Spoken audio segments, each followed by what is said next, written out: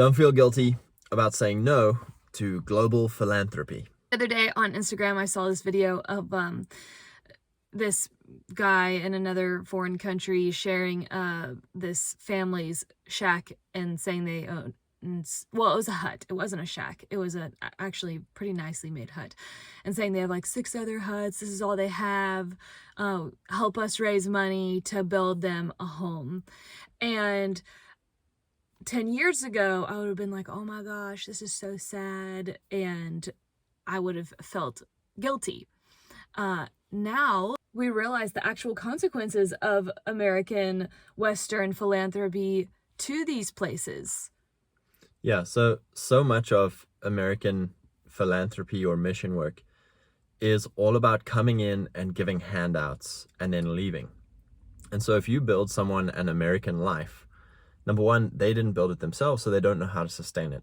Number two, you can't do that for everyone. So now there's resentment, there's competition, there's victim. It's like, how did he get that? Well, you play the victim. You pretend to really want Jesus, or, whatever the thing is that got that person this amazing handout. So the real kind of hard thing to do is to preach the good news to the poor without giving them anything. Silver and gold I don't have, but what I do have, I give you. Now, a lot of people are like, yeah, but Scott, when you do have the means, you've got to give it. And it's like, yeah, that's fine. But I'm saying, like, to everyone, all 6 billion people who have less than you, it's like, you can't do that. But what can you do is be missionaries to your family. If you were given charge of a whole bunch of African kids, would you send them to American public school? Like, oh no, you would lose their souls. It's like, okay, well then why are you sending your own kids to public school? Why are you sending your own kids into the culture to be lost? Then it's love your neighbor. A lot of people, if you went down to the trailer park in your area and you're like, let's build these guys a house, like, people would scoff at you. They'd be like, no, that's stupid. It's like, hello, like, it's the same, like our underclass, someone else's underclass. It's the same dynamic again. We don't want to build a guy in a trailer park a house because, well, maybe he's content. Mm-hmm. Maybe his life choices led him to that place. Maybe, if he wants a hand up, if he wants to be taught how to build a better economy, how to maybe, skills, trades, skills, that kind of thing. It's like, see, now you're understanding what it is to love your neighbor. Well, it's like, well, I don't like my neighbors, so I'm going to go to Africa, or I'm going to go to South America, or I'm going to go to Asia or whatever. So, and this is not to bash people who do that. Like, that's what we're saying. If you've got to be led by joy. Yeah. You've got to be led by joy. And it's not to go around being the savior for people. It's a thing of being led by joy, of these are the people I want to invest my life in, to disciple, not to just give. And led by joy and peace. And that also means when other people are raising money, because a lot of times, we would get asked still all the time for people raising money for their missions or traveling overseas for mission work. And where am I going with this? And we say no all the time because we're focused on our local area. And if we had joy and peace and faith for the person's life, and we felt a conviction for what God's doing in their life, we would have no problem. And we do. There are times where it's like our heart is yes, like what God's doing in their life is 100%, we want to partner with that. There are times where, like, is this just a glorified you adventure with the slap of a Christian mission work label on it so you can go travel the world? And that's fine. And like, have other people pay for it. Like, if that's what you want to do, whatever. But it's the whole using the name of Christianity for you to go have fun. And that's probably just an immaturity thing and a lack of discipleship to our youth, because most people's hearts in it are good and pure, but they just don't know any other way of. Yeah. And it's an industry.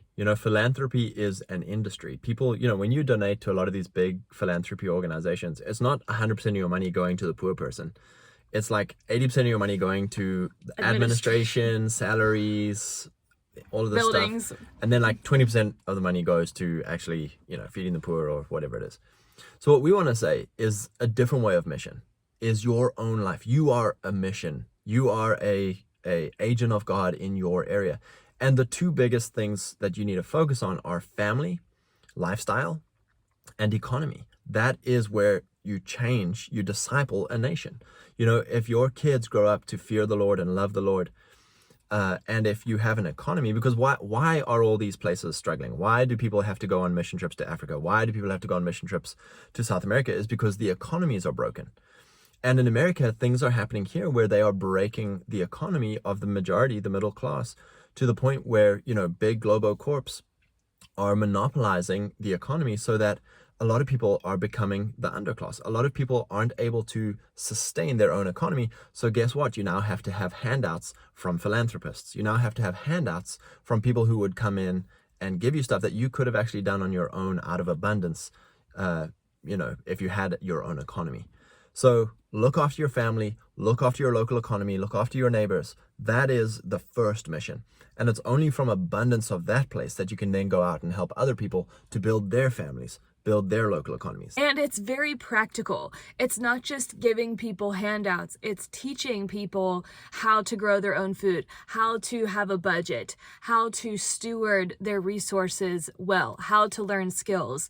It's not building a food program and hoping that the food program grows and feeds more and more people. It's like, actually, the food programs should go away. Like, if we're doing God's work, then we shouldn't need a food program anymore, because we've discipled these families in our community to grow their own food, or to learn how to can and have resources for winter, or how to save up their money to be able to buy in bulk. That is discipleship.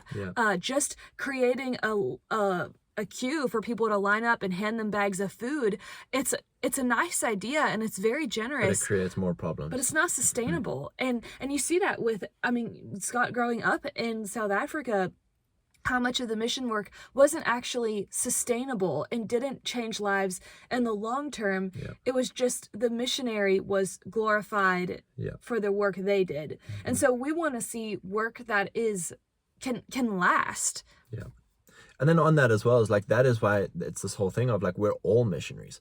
Is like, they're actually, if you look at the example of Hudson Taylor, he was a missionary to China in the 1800s. He never asked anyone for a penny, because he's like, I believe in God and God will provide for me. And then he didn't go there to, I'm a missionary. Everyone look at me, I'm a missionary.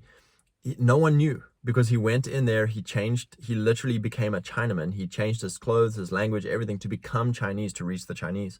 And by the end of his life, instead of, the missionary's gone, everything falls apart, it's like, no, he literally raised up Chinamen to go and do Christianity, go do the works of God, go obey Jesus, become discipled. And so that when he died, it was like, thank you so much, but we're carrying on. And he's known now, but when he was alive, he had no glory.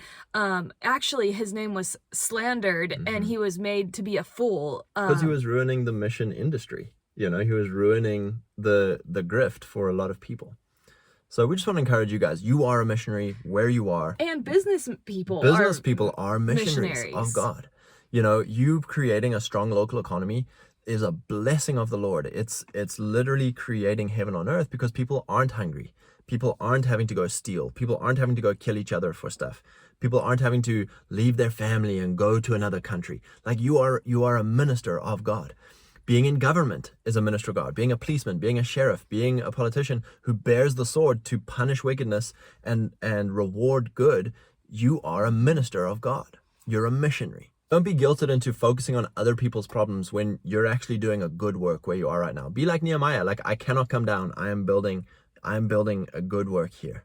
And if you do, out of the blessing and joy of your heart, want to bless other people, that's wonderful. But it comes from an abundance of first being a missionary to your family, to your local area. Bless you guys. Don't be guilt tripped.